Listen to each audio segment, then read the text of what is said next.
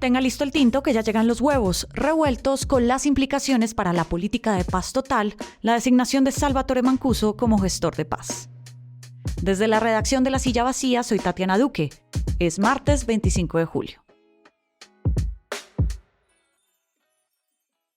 Salvatore Mancuso es el protagonista de una de las páginas más sangrientas de la historia del conflicto en Colombia.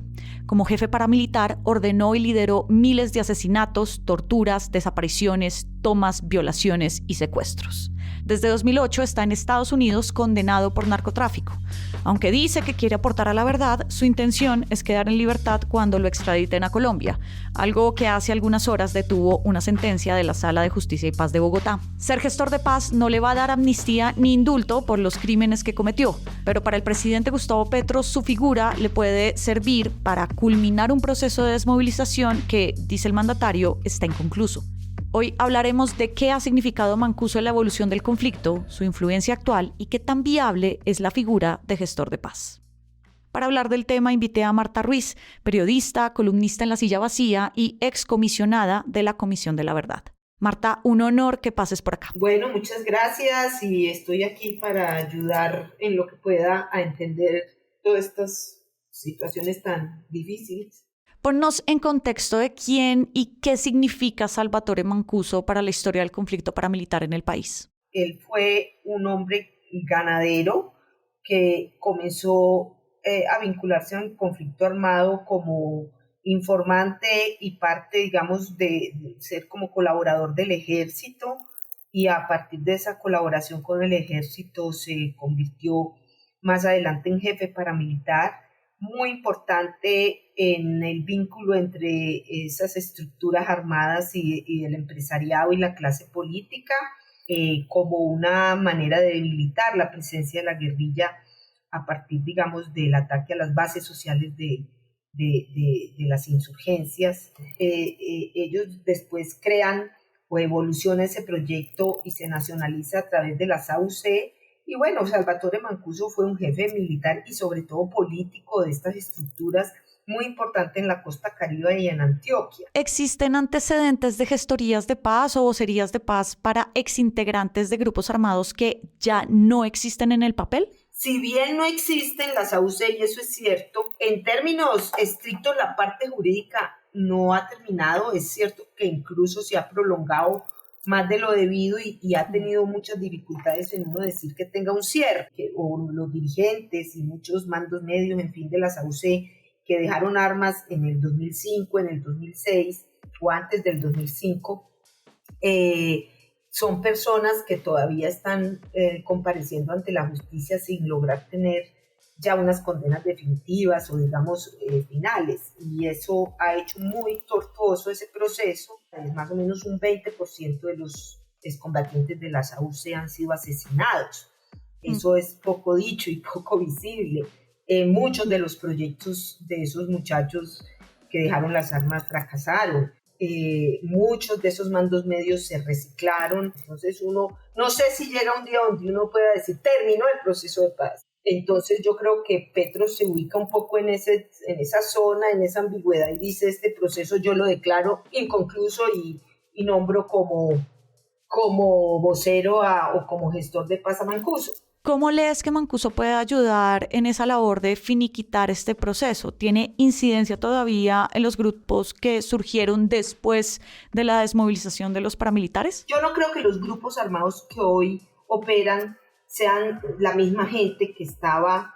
Hay algunos, por supuesto, que muchos mandos medios provienen de allá de las AUC, fueron de las AUC. Si tú miras a Otoniel, que fue extraditado el año pasado, Otoniel era un hombre que no solo venía de las AUC, venía también del EPL. Pero sí, lo que yo sí creo, y en lo que sí creo, es que hay por lo menos unas continuidades entre una paz con las AUC, que no fue una negociación con las AUC, que quedó mal cerrada, digámoslo de alguna manera, o que dejó muchos cabos sueltos, y el poder y la expansión que lograron estos grupos criminales a lo largo de este tiempo. Es decir, el núcleo que creó el Clan del Golfo es un núcleo que proviene de las AUC. es el núcleo de Vicente Castaño, pero tampoco es exacto decir que es que Mancuso pues viene a afilar a los del Clan del Golfo. Eso no lo tengo claro, no me parece tan evidente que hoy en día, digamos, Mancuso tenga una incidencia.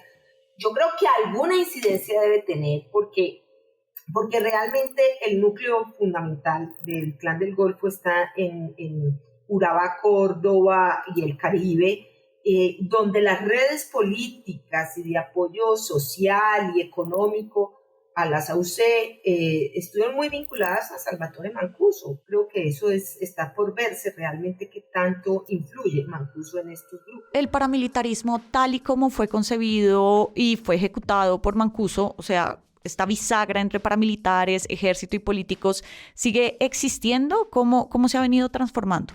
Pero Mancuso sí que era bisagra con los políticos. Recuerda que Mancuso fue el que se inventó el pacto de Ralito o la reunión de Ralito con toda la clase política y con el sector empresarial tuvo mucha relación. Ese entramado es esencial al proyecto paramilitar. Es decir, el proyecto paramilitar fue una gran alianza de intereses de élites económicas y políticas, de sectores del Estado en contrainsurgencia y de narcotraficantes. Y yo creo que gran parte de esa lógica del entramado persiste, pero de manera muy distinta. Pero hoy día es clarísimo que estos grupos ejercen unas funciones políticas y de control territorial, pero en función de una explotación de rentas, de unos intereses económicos, y esos intereses económicos y esa explotación de rentas ilícitas genera todo tipo de entramados que funcionan muchísimo más claramente en torno a intereses económicos. Y eso sigue siendo así. En gran parte de estas regiones donde el Clan del Golfo tiene presencia, pues ellos inciden en las elecciones, han tenido un papel fundamental en el tema de acumulación de tierras, amenazan a funcionarios públicos, a periodistas, porque denuncian el entramado justamente entre estos grupos criminales y los políticos. ¿Sí? Finalmente, Marta, ¿para qué le serviría a Colombia que Mancuso fuera gestor de paz? Yo sí creo que es una apuesta por la verdad. Yo sí creo que esto es un anuncio de que este país, el tema de la verdad sí es un tema que va a ser mucho más abarcativo, sino que aquí hay un tema de cómo la sociedad y sectores de la sociedad encararon el conflicto, participaron en el conflicto, que va a ser central. Y yo creo que eso es lo que nos está tratando el mensaje pues, que manda Petro, es, oiga, aquí vamos a respaldar todo un esfuerzo por la verdad y que coja a todos los lados.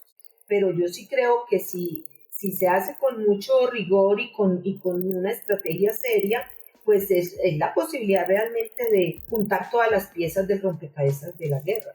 Marta, gracias por pasar por acá. Bueno, hasta luego, que estés bien, chao. Y arranque el día con estas movidas. Maratón de inscripciones y avales. Arranquemos en Valle, donde Tulio Gómez, el dueño del América de Cali, se inscribirá como candidato a la gobernación por el Partido Ecologista. También se inscribió para el mismo cargo el expresidente de Asobancaria, Santiago Castro, avalado en coalición por el Uribismo y Salvación Nacional. En Medellín, para sorpresa de nadie, Independientes, el partido del alcalde, le dio el aval a la alcaldía a Juan Carlos Peggy, el exfuncionario y amigo de Daniel Quintero.